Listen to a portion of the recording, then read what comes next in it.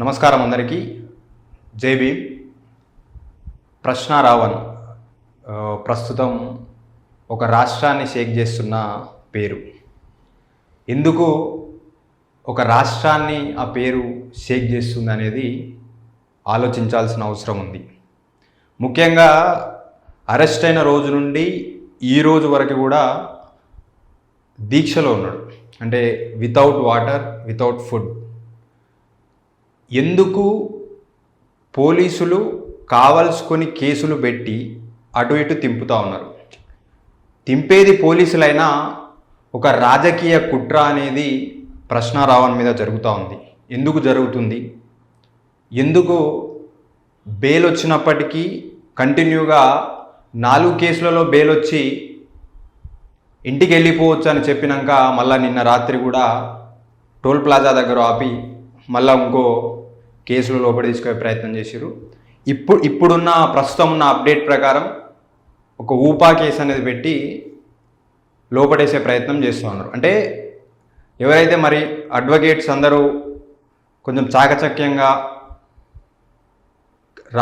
రావణ్ తోటి ఎవరైతే జడ శ్రావణ్ గారు ఉన్నారో కేసులన్నీ వాదించి బెయిల్ తీసుకొచ్చినప్పటికీ ఇది ఇట్లా అయితే అయ్యేటట్టు లేదని ఏకంగా రాజద్రోహం కేసే పెట్టేశారు.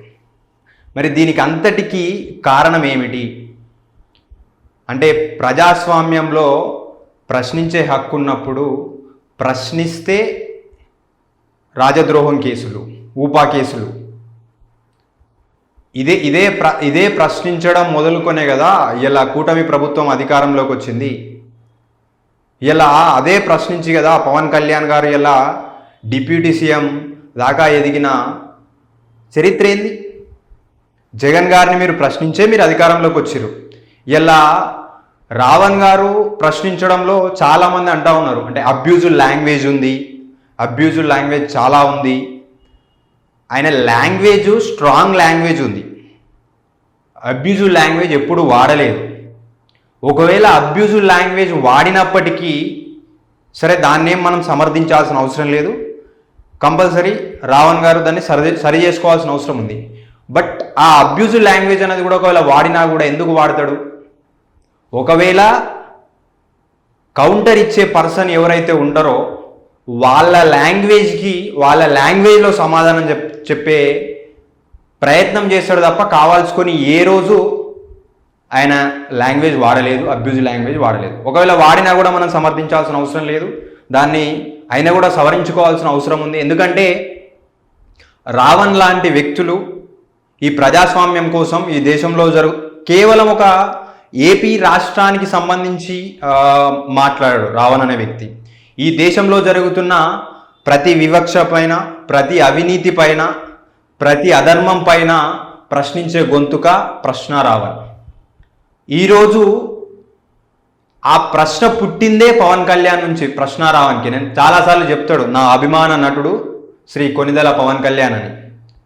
అప్పుడు మీకు సపోర్ట్ చేసి ఒకప్పుడు మీకు అభిమాని, అది రాజకీయంగా కావచ్చు, సినిమాల పరంగా కావచ్చు, సరే రాజకీయాలకు సినిమాలకు అవసరం లేదు, సినిమా తీస్తే ఎవరైనా చూస్తారు, మేము కూడా టికెట్లు తీసుకుంటాం, సినిమా వస్తుంది. బట్ రాజకీయాలకు వచ్చేసరికి ఎందుకు ఈ మత విద్వేష రాజకీయాలు, కుల విద్వేష రాజకీయాలు ఎందుకు తెరపైకి వస్తున్నాయి?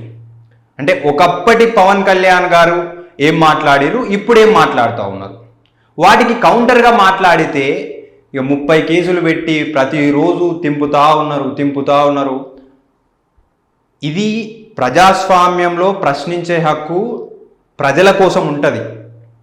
దాన్ని జీర్ణించుకోలేకపోతే ఏ ప్రభుత్వం కూడా అధికారంలోకి రాదు. ఎందుకంటే పాలకపక్షం అనేది తప్పులు చేసినప్పుడు ప్రతిపక్షం కానీ విపక్షాలు కానీ ప్రజాస్వామ్యం కోసం ప్రశ్నించే రావణ్ లాంటి వాళ్ళు కానీ ఎవరైనా ప్రశ్నించే హక్కు ఉంటుంది. ఆ హక్కును కాలరాసే హక్కు మీకు లేదు. ఆ హక్కు ప్రజాస్వామ్యం ఇచ్చింది, ఈ దేశ రాజ్యాంగం ఇచ్చింది. ఇప్పుడు పవన్ కళ్యాణ్ గారు కూర్చొని నేను వీడియో చూపిస్తాను ఇప్పుడు మీకు, చాలా మాట్లాడుతూ ఉన్నాడు. అంటే ఓ పేపర్ పెట్టుకొని ఓ స్క్రిప్ట్ అంటే ఇంకా రాజ్యాంగంలోనే చదువుతూ ఉన్నాడు. మరి ఆయన మాట్లాడినప్పుడు ఇవి గుర్తుకు రాలేదా? ఇప్పుడు ఎందుకు ఎదుటోళ్ళ మీద తోసేసేటప్పుడు మనకెందుకు గుర్తొస్తున్నది చూద్దాం.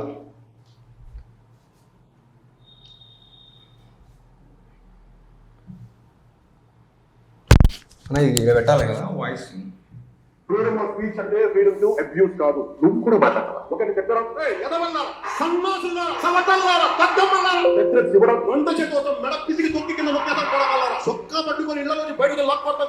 ఆధారాలు లేకుండా ఆరోపణలు చేయడం, 30,000 మంది అమ్మాయిలు మిస్సింగ్ అయిపోయారు ఆంధ్రప్రదేశ్ లో, మహిళలను టార్గెట్ చేయడం, ఈవెన్ రెడీ ఆ రోజు కూడా మాట్లాడుతుంది, మత విశ్వాసాలను అవమానించడం, 1,00,000 లట్లు ఇలా బీచ్ తోటి ఫిక్స్ బ్యాక్ తోటి విషయాలు తోటి కలిసిన లట్లు 1,00,000 లట్లు హింసకు ప్రేరేపించడం,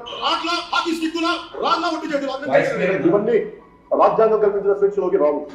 I am an unapologetic Sanatani Hindu. I am an unapologetic Sanatani Hindu. Freedom of speech అంటే freedom to abuse కాదు. ఇది మళ్ళీ ఒకసారి మీరు కూడా మాట్లాడతావా? ఒకటి దగ్గర ఎదవల్లా సన్నాసుల్లారా సవతల్లారా తక్కమల్లారా లెక్చర్స్ ఇవ్వడం, వంట చేతోతో మెడ పిసికి తొక్కి కింద నొక్కేదా కొడగలరా, సొక్కా పట్టుకొని ఇళ్ళలోని బయటకు లాక్కొడతా కొడగలరా. ఆధారాలు లేకుండా ఈ లాంగ్వేజ్ అనేది అంటే మీరు మాట్లాడితే ఒక చట్టం, ఎదుటోళ్ళు మాట్లాడితే ఒక చట్టమా? చట్టం అందరికీ సమానమే కదా. ఒకవేళ నిజంగానే ఊపా కేసు పెట్టాల్సిందో లేకపోతే ఇంకేదో బెయిలబులో నాన్ బెయిలబులో మీరు సెక్షన్స్ పెట్టినప్పుడు అది పవన్ కళ్యాణ్ గారికి కూడా వర్తిస్తుంది కదా. ఇలా పవన్ కళ్యాణ్ గారి అభిమానులు చాలామంది, నేను కూడా ఏమైనా పోస్టులు పెడితే నన్ను అడుగుతూ ఉంటారు, ఏంది మీరు పవన్ కళ్యాణ్ అనేది అని రాజకీయంగా. ఎస్, డెఫినెట్లీ అంటాము, ప్రజాస్వామ్యంలో మాకు హక్కు ఉంది, మేమేమైనా తప్పులు మాట్లాడితే పోయి కేసులు పెట్టుకోండి. ఆ కేసులు పెట్టే విధానం కూడా ఇష్టం వచ్చినట్టు ఏదో ఒక సెక్షన్లు పెట్టి లోపటేయాలనే ఉద్దేశం తప్ప, కేసు పెట్టేటప్పుడు ఒక విచక్షణతోటి కరెక్ట్ వివరణ ఉండాలి. ఆ కేసు పెట్టేటప్పుడు ఇష్టం వచ్చినట్టు ఏదో ఒక కేసు పెట్టి ఇప్పుడు ఈయన మాట్లాడేటి సక్కన మాట్లాడాడు.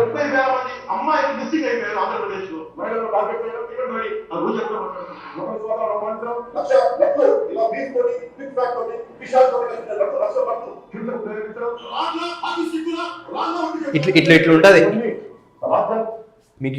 ఇంకా ఇంకా చూడండి, మధ్యలో రావణ్ ఉంటాడు, ప్రశ్న రావాలి. ఓకే, నేనేం ఈ విషయంలో పోలీసులు ఏం తప్పు పడతలేను, ఎవరు తప్పు పట్టాల్సిన అవసరం లేదు. ఎందుకంటే కొంతమంది ఎవరైతే కూటమి ప్రభుత్వానికి సంబంధించిన వాళ్ళు ఉన్నారో వాళ్ళు దాడి చేసే అవకాశం ఉంటుంది కాబట్టి వాళ్ళ భద్రత కంపల్సరీ కాపాడాల్సిన అవసరం ఉంటుంది రావణ్ణి, కాబట్టి వాళ్ళ భద్రత ఇచ్చిర్రు, దాన్ని ఏం మేము వ్యతిరేకిస్తలేము. బట్ చాలా చాలా అంశాల్లో పవన్ కళ్యాణ్ గారు ఎట్లా ఉంటుందంటే, జడ శ్రావణ్ గారు ఏం చెప్తున్నారో వినండి.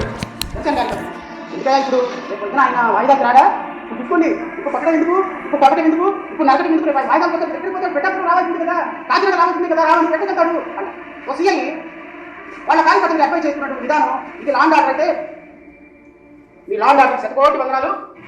అంటే ఏం చెప్తా ఉన్నారంటే పోలీసులే చెప్తా ఉన్నారంట, సరే మరి ఎంతవరకు వాస్తవమో కాదని తెలియదు, ఆ వీడియోని బట్టి ఆధారంగా చెప్తా ఉన్నాం.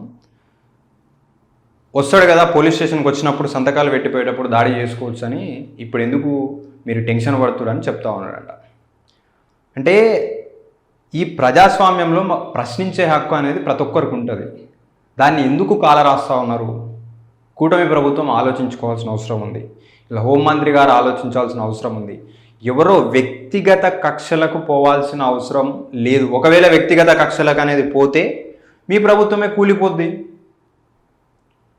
వచ్చిరు అధికారంలోకి, జగన్ గారిని దించి మంచి రిజల్ట్ ఇచ్చిరు, మీకు ఇచ్చిన సీట్లు మంచి మెజారిటీ సీట్లు వచ్చినాయి. జగన్ గారిని 11 సీట్లకే పరిమితం చేసిరు కదా ప్రజలు. మరి మిగతా సీట్లలో మీరు ఇట్లా పోలీస్ స్టేషన్లో తింపడానిక మిమ్మల్ని గెలిపించింది? మిమ్మల్ని పోలీస్ స్టేషన్లో తింపడానిక? ప్రజలకు మెరుగైన పరిపాలన అందిస్తారు. సరే, మంచి చేసిరా చెడు చేసిరా అనేది ప్రజలు నిర్ణయించే హక్కు ఉంది కాబట్టి జగన్ గారిని పక్కన పెట్టి చంద్రబాబు నాయుడు గారిని తీసుకొచ్చారు. చంద్రబాబు నాయుడు గారు కూడా ఆలోచించాలా, వ్యక్తిగత కక్షలకు పోతే ప్రజాస్వామ్యం కూని అవుతుంది. ఇలా రాష్ట్రంలో జరుగుతున్న అల్లకల్లాలను పక్కన పెట్టి ప్రతి అంశాన్ని పక్కన పెట్టేసి మొత్తం పోలీస్ వ్యవస్థ సిబ్బంది మొత్తం ఇక్కడే ఉన్నది. అంటే 4 పోలీస్ స్టేషన్లు, 4 బెయిల్లు, 4 జైళ్ళు, 100 మంది పోలీసులు, 1000 మంది పోలీసులు, రోడ్ల మీద పోలీసులు, ఎక్కడ చూసినా పోలీసులే. వాళ్ళకి ఫ్రీ అనేదే లేదు. ఇంకా మొత్తం రావణ్ కోసం నిలబడాలా. ఎందుకు ఏమన్నా రేప్ చేసిండా, మర్డర్ చేసిండా, లేకపోతే మంచిగానే ఉన్నాడు కదా, మీతోటే ఉంటుండు కదా. ఆయన కనీసం ఆయన ముఖంలో చిరునవ్వు కూడా తీసేయలేకపోతున్నారు మిమ్మల్ని. మీరు పెట్టిన కేసులకి కనీసమైన ఇంత కూడా వణుకుతలేడు. మీ ప్రభుత్వం భయపడుతుంది. ఆయన పేరుకి ప్రశ్నారావణ్ అనే పేరుకి మీ ప్రభుత్వం భయపడుతుంది. ఆయన ప్రశ్నించింది హక్కుల మీద, ఏ హక్కునైతే కాలరాస్తా ఉన్నారో మాట్లాడినప్పుడు భాష దొరలొచ్చు, బట్ ఎవడు ఏ లాంగ్వేజ్లో మాట్లాడిండో వారికి ఆ లాంగ్వేజ్లో సమాధానం చెప్పిండు. చేసిన తప్పును సరిదిద్దుకునే ప్రయత్నం చేయకుండా తప్పు మీద తప్పు తీసుకుంటే ప్రశ్నారావణ్ ఇన్ని రోజులు సోషల్ మీడియాలలో యూట్యూబ్ ఉన్నోళ్ళకు, ఇన్స్టాగ్రామ్ ఉన్నోళ్ళకు, ఫేస్బుక్లు ఉన్నోళ్ళకు మాత్రమే తెలుసు. బట్ మీరు ఏదైతే తప్పుడు కేసులు పెట్టి తిప్పుతా ఉన్నారో దానివల్ల ఒక కేసు పెట్టి ఒక కేసులో బెయిల్ రాగానే పంపించేసి మిగతా ఏమన్నా ఉంటే కోర్టు దగ్గర చూసుకుంటారు అనేది ఉంటేనేమో అయిపోయేది. ఇప్పుడు ప్రజలలోకి కూడా పోయింది. మీరు చేసిన ఏవైతే ఈ అక్రమ అరెస్టులు ఉన్నాయో జనాలకు కూడా తెలిసిపోయింది. సో అల్టిమేట్గా అది మీకే ఎఫెక్ట్ అవుతుంది, మీ ప్రభుత్వానికే ఎఫెక్ట్ అవుతుంది.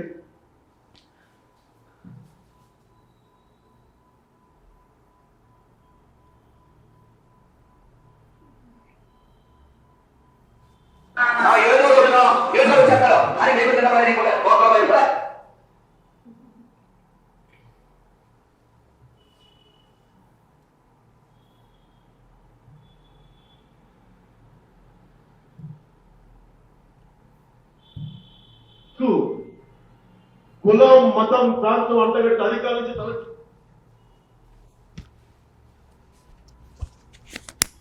I come from a family of great bhaktas. My father was a great devotee of Hanuman. And all through my childhood, the Taraka mantra, Hare Rama, Hare Krishna, Krishna Krishna, Hare Hare, Hare Rama, Rama Rama, Hare Hare. That's what my father used to sing when I was fallen sick. ఒకసారి flash back వెళ్ళండి. మీరు మర్చిపోయిన Google మర్చిపోదు. మా నాన్న ఒక హేతు అది. మా నాన్న ఎలాంటి వాడు అంటే, మా నాయనమ్మ దీపారాధన వెలిగిస్తే దీపారాధనలో సిగరెట్ వెలిగించిన దేవుడు లేడు, దెయ్యం లేదనే వ్యక్తిమత మా నాన్న. మా నాయనమ్మ దీపారాధన వెలిగిస్తే దీపారాధనలో సిగరెట్ వెలిగించిన దేవుడు లేడు, దెయ్యం లేదనే వ్యక్తిమత మా నాన్న. ఈ పోర్ట్రేట్ ఏంటండి? ఇక్కడ రమేష్, ఇక్కడ సురేష్, పేర్లు మాత్రమే డిఫరెంట్. మా తమ్ముని పేరు ఒకని పేరు రమేష్ ఉంటుంది, ఒకటి పేరు సురేష్ అని ఉంటుంది. బట్ ఈయన పవన్ కళ్యాణ్ రెండు జాగాలలో. అంటే దీపారాధన అనేది ఒక పవిత్రమైనది, దాన్ని అవహేళన చేయొచ్చు, సిగరెట్ ముట్టియచ్చు అనొచ్చు. ఇప్పుడు ఇదేం పోర్ట్రేట్ కాదు. అరే మీరుగా ఆలోచించుకోవాల్సిన అవసరం ఉంది. స్వతహాగా మీరు మాట్లాడినప్పుడు ఒకటి, ఎదుటోళ్ళు మాట్లాడినప్పుడు ఒకటి. చట్టం అనేది ఎవరికి చుట్టం కాదు. చట్టం అందరికీ సమానమే. ఇలా అధికారంలో ఉన్నాం కదా అని పేపర్లు పట్టుకొని దాంట్లో ఉన్నది చదవంగానే అయిపోదు. దాన్ని పాటించడం అనేది అతి ముఖ్యమైన అంశం. ఈ అంశాలలో అవగాహన ఉండదు. ఇష్టం వచ్చినట్టు ఏది పడితే అది ఫేక్ ప్రాపగండా చేయొచ్చు. ఇలా రావని మాట్లాడేటి పచ్చి బూజులు అంటారు. పిచ్చి కొడుకులు వచ్చి ఇన్స్టాగ్రామ్లలో, ఫేస్బుక్లలో, ట్విట్టర్లలో కింద తల్లిని, చెల్లిని ఇష్టం వచ్చినట్టు రాస్తూ ఉంటారు. డబ్బులు ఇచ్చి ఇలా ఐటీ సెల్లు తెలియంది ఏమున్నది, ఐటీ సెల్లు పెట్టి డబ్బులు ఇచ్చి కామెంట్లు పెట్టిపిచ్చే స్థితి గతికి దిగజారిన వ్యవస్థలో వ్యవస్థ ఉంది ఇప్పుడు. ఆ వ్యవస్థ కోసం మీరు పనిచేస్తున్నారు. ప్రజాస్వామ్యయుతంగా ప్రశ్నించినప్పుడు, ఆ ప్రశ్నలు ఏమనెత్తినప్పుడు దానికి వివరణ ఇచ్చుకునే ప్రయత్నం చేయకుండా కామెంట్లలో జొర్రి తల్లినో చెల్లినో అంటే, అయినప్పటికీ చాలామంది నా కామెంట్లలో కూడా ఇష్టం వచ్చినట్టు వస్తాడు, ఎవడో ఒకటి ఏదో రాసుకుంటూ పోతూ ఉంటాడు. అయినప్పటికీ ఓర్చుకొని ప్రజాస్వామ్యం గురించి అడుగుతున్నాం. ప్రజాస్వామ్యంలో జరుగుతున్న అవినీతిని ప్రశ్నిస్తూ ఉన్నాం. దానికి సంబంధించి అంశాలను తెర మీదికి తెచ్చి ఇది కాదు ఇది అని చెప్పాలి. కానీ ఇష్టం వచ్చినట్టు అక్రమ అరెస్టులు చేసి దాడులు చేస్తాము. కోడిగుడ్ల దాడి జరిగినట్టు కూడా ఒక వీడియో వచ్చింది. దేనికి దాడి దేనికి? ఎప్పుడు అధికారము ఉంటే అందలం ఎక్కినట్టు ప్రయత్నిస్తే, ఆ ప్రయత్నం చేస్తే చాలామంది కాలగర్భంలో కలిసిపోయిన వాళ్ళు ఉన్నారు. రాజకీయ అంశాన్ని వ్యక్తిగత అంశానికి జోడించొద్దు. ఇక్కడ వ్యక్తిగత అంశం వేరు, రాజకీయ అంశం వేరు. నన్ను కూడా చాలామంది అంటూ ఉంటారు, ఏంది నువ్వు పవన్ కళ్యాణ్ అనేది. నేను కూడా కొత్త సినిమా వస్తే పోతా చూస్తా, నేను కూడా పవన్ కళ్యాణ్ స్టైల్ ఇష్టపడతా, పాటలు చూస్తా. రాజకీయానికి వస్తే, ప్రజాస్వామ్యానికి వస్తే ప్రజల కోసం ప్రశ్నిస్తాం, అది మా హక్కు. మా హక్కును కాలరాసే హక్కు ఎవరికీ లేదు. ఈ చట్టమే చెప్తుంది, ఈ రాజ్యాంగమే చెప్తుంది. ముఖ్యంగా రాజ్యాంగం మీద ఒకప్పుడు రాజ్యాంగం గురించి మాట్లాడి, రాజ్యాంగం గొప్ప గురించి చెప్పి, ఎర్ర జెండా గొప్పతనం గురించి చెప్పి ఇలా ఏదో ముసుగేసుకొని తిరుగుతా అంటే ఎవరు నమ్ముతారు ప్రజలు? అధికారం వచ్చేదాకా ఒక ఎత్తు, అధికారం వచ్చినాక ఇంకో ఎత్తు, అంతే కదా. మీరే కదా ఇది మాట్లాడింది మీరే, ఇది మాట్లాడింది మీరే, పవిత్రమైన దీపాధారణ సిగరెట్ ముట్టిస్తారు అన్నది మీరే. మరి ఇట్లాంటి వాళ్ళని వ్యవస్థ ఏం చేస్తుంది అంటే సామాన్యులను తీసుకుపోయి జైల్లో పెట్టవచ్చు, అధికారంలో ఉంటే ఏదైనా మాట్లాడచ్చు. అది ఏ పార్టీ అన్నా కావచ్చు, ఏ వ్యక్తి అన్నా కావచ్చు. రాజకీయానికి వ్యక్తిగతానికి ముడిపెట్టాల్సిన అవసరం లేదు. పవన్ కళ్యాణ్ గారిని సినిమాలలో యాక్టింగ్ చేసినట్టు ఇక్కడొక యాక్టింగ్ చేస్తే విల్ యాక్సెప్ట్. బట్ పొలిటికల్ లైఫ్లో పీపుల్ మధ్యలో, ప్రజల మధ్యలో ఉన్నప్పుడు ప్రజాస్వామ్యయుతంగా నోరు అదుపులో పెట్టుకొని మాట్లాడితే మాట్లాడేటోని కూడా అదుపు ఉంటుంది నోరు. చాలా చాలా ఎట్లుంటుందంటే ఇంకొక ఆయన ఉంటాడు, ఈయనే వచ్చేస్తాడు అని మేకుల కింద పని దిగిపోతాయి. ఒక్కలో బైబిల్ మేం మింగితే పుట్టిన నా కొడుకులు మూసుకుని కూర్చోవాలి, అర్థమైందా? కొలిదో బొక్కలో బైబిలు ఎవడు అంటే ఎట్లుంటుందంటే ముచ్చట, ఎవడి మతం వాడిది. ఎవరికి ఇష్టమైన మతాన్ని స్వీకరించే హక్కు ఈ దేశ ప్రజలకు ఉంది. అది రాజ్యాంగం చెప్తుంది. రాజ్యాంగంలో ఉన్న ఆర్టికల్స్ చెప్తున్నాయి. మత స్వేచ్ఛ అనేది ఉంది. ఆ మతం మారడానికి ఏం కారణాలు, ఎందుకు ఇటీవలనే కరీంనగర్ దగ్గర బీసీలు కట్టుకున్న గుడిలకు మాదిగలు పోతే రానియలేదు. ఎందుకు కుల వివక్ష ఇప్పటికి ఉంది? ఈ దేశంలో రాజ్యాంగం వచ్చి చదువుకుంటున్న సన్నాసులు కూడా ఇలా మతపరంగానో కులపరంగానో ఆలోచిస్తే వ్యవస్థ బాగుపడేది ఎప్పుడు? ఈ దేశం ముందుకు పోయేది ఎప్పుడు? దేశం ఎప్పుడు ఎదుగుతున్న దేశంగా ఎందుకుంది? ఎదిగిన దేశం అని ఎందుకు భారతదేశాన్ని అనలేకపోతా ఉన్నారంటే ఈ దేశంలో ఇంకా కులం ఉంది, ఈ దేశంలో ఇంకా వివక్ష ఉంది, ఈ దేశంలో ఇంకా మతం పేరుతోటి దాడులు జరుగుతూ ఉన్నాయి. వీటిని ఆలోచించరా? వీటి పట్ల ఆలోచన లేదా? ఏ ఒక్కరు పోయి ఆడ మాట్లాడలే? కరీంనగర్ పోయి ఎస్సీలను గుడిలోకి ఎందుకు రాలే అని అడగలేదు? మతం ఎందుకు మారాల్సి వస్తుందనే ఆలోచన వ్యక్తిగతంగా ఆలోచించుకోవాల్సిన, విచక్షణతోటి తెలివితోటి ఆలోచించుకోవాల్సిన అవసరం లేదా? రాధా మనోహర్ దాస్ ఏమంటుండు? బొక్కలో బైబిల్ అంట. మేము మింగితే నిన్ను మింగేటోడు లేడు రా భయ్. ఫస్ట్ నిన్ను మింగేటోడు లేడు. బుద్ధి జ్ఞానం ఉంటే నీ అవతారం ఏంది? నీ అవతారము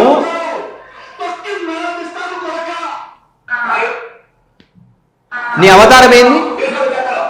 సన్యాసివా సన్నాసివా? ఏం మింగుడు? నిన్ను మింగేటోడు లేడు. నిన్ను మింగేటోడు ఉంటే ఇట్లా మాట్లాడవు. భగవద్గీత గురించి కానీ రామాయణం గురించి కానీ ఎవడు మాట్లాడినా తప్పే. కొంతమంది మాట్లాడతారు, పాస్టర్ పనికి మాలిన ఏడున్నారు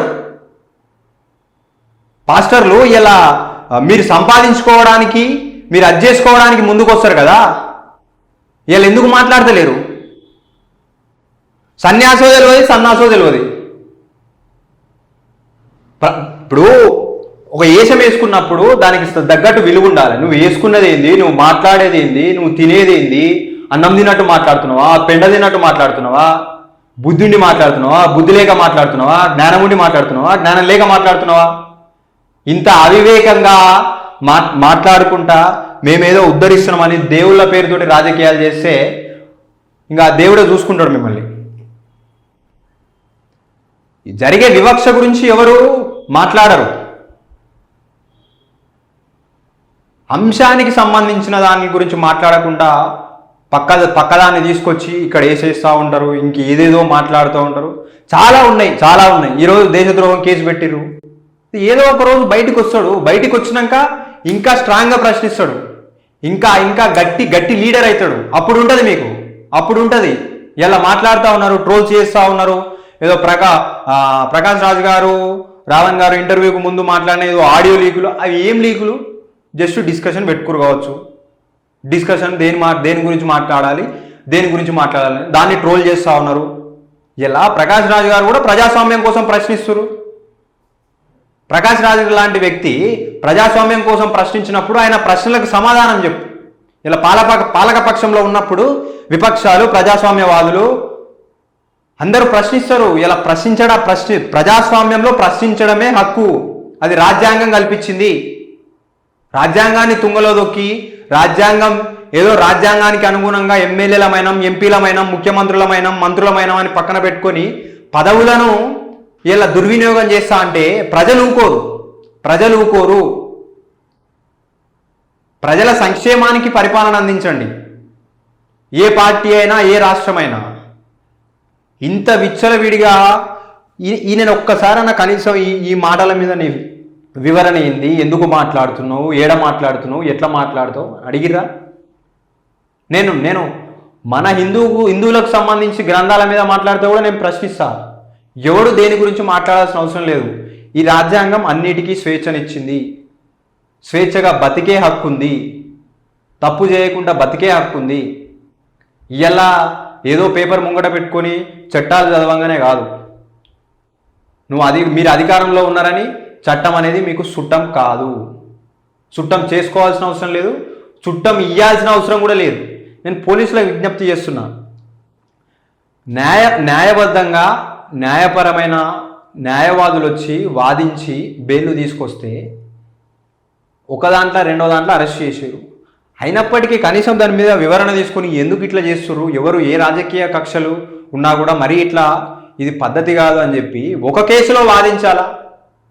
ఒక కేసు కాకుండా 4 కేసులు పెట్టి 4వ కేసులో బెయిల్ వచ్చినాక మళ్ళీ 5వ కేసు పెట్టి ఇది ఇట్లయితే కాదని, ఇవన్నీ నాన్ బెయిలబుల్ అవుతున్నాయని వాదించడంలో మేము ఓడిపోతున్నామని జడా శ్రావణ్ గారిని ఒప్పుకోవచ్చు. Is a great advocate, great lawyer.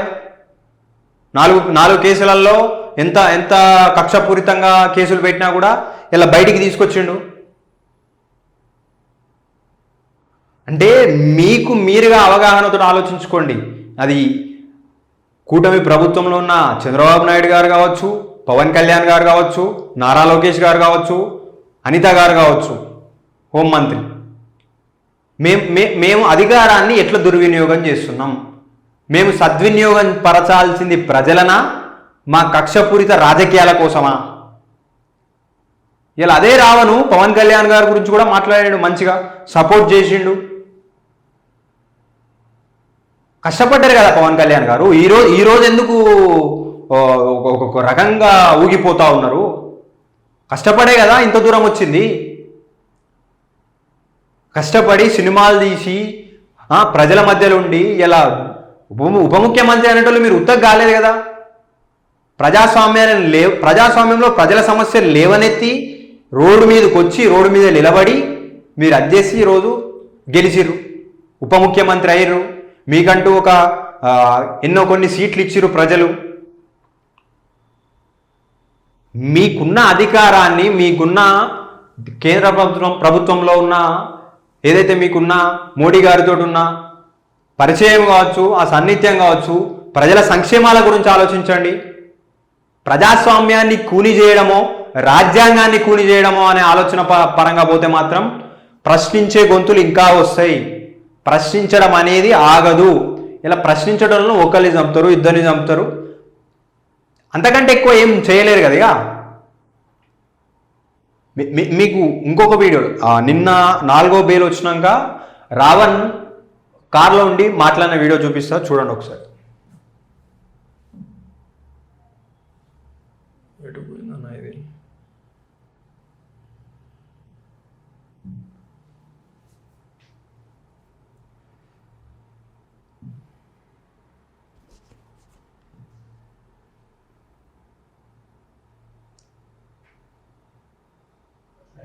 నమస్తే అండి, నేను రావణ్ మాట్లాడుతున్నాను. ఇప్పుడే 4వ బెయిల్ వచ్చింది. ఈ 4వ బెయిల్ వచ్చిన తర్వాత మళ్ళీ 5వ అరెస్ట్ టోల్ గేట్ దగ్గర పట్టుకొని ఇప్పుడు మళ్ళీ నక్కపల్లి తీసుకెళ్తున్నారు.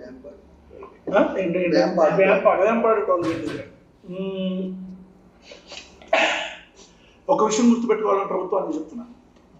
ఈరోజు మీరు నా గొంతు నొక్కే ప్రయత్నం చేస్తున్నాను, కానీ మీకు అర్థం కావాల్సింది ఏంటంటే మీరు చంపితే నేను ఒక్కడనే చచ్చిపోతాను. ప్రశ్నించే వాళ్ళు ఎవరో చావరు. మీరు రావణ గారిని మాత్రమే చంపగలరు, ప్రశ్నను చంపలేరు. అంతే కదా, హత్య జరిగింది కదా. మీరు రావణ గారిని మాత్రమే చంపగలరు, ప్రశ్నను చంపలేరు. ఆబ్వియస్గా మీరు ప్రశ్నించేటోళ్ళని మాత్రమే ఏమైనా జైలు వేసుడు అదే చేస్తారు. 100 మంది చేస్తారు, 200 మంది చేస్తారు, 1000 మంది ప్రశ్నించే గొంతులు వస్తాయి, అప్పుడే చేస్తారు. వచ్చినాయి ఆల్రెడీ. అందుకే మీకు ఇంత భయం. ఒక రావణు లక్ష మంది ప్రశ్నించే గొంతులను తయారు చేయగలుగుతాడు అనేది మీ భయం. తయారయ్యారు. యూట్యూబర్కు ఉన్న సబ్స్క్రైబర్లకు భయపడే దిగజారుడుతనానికి వచ్చారు మీరు.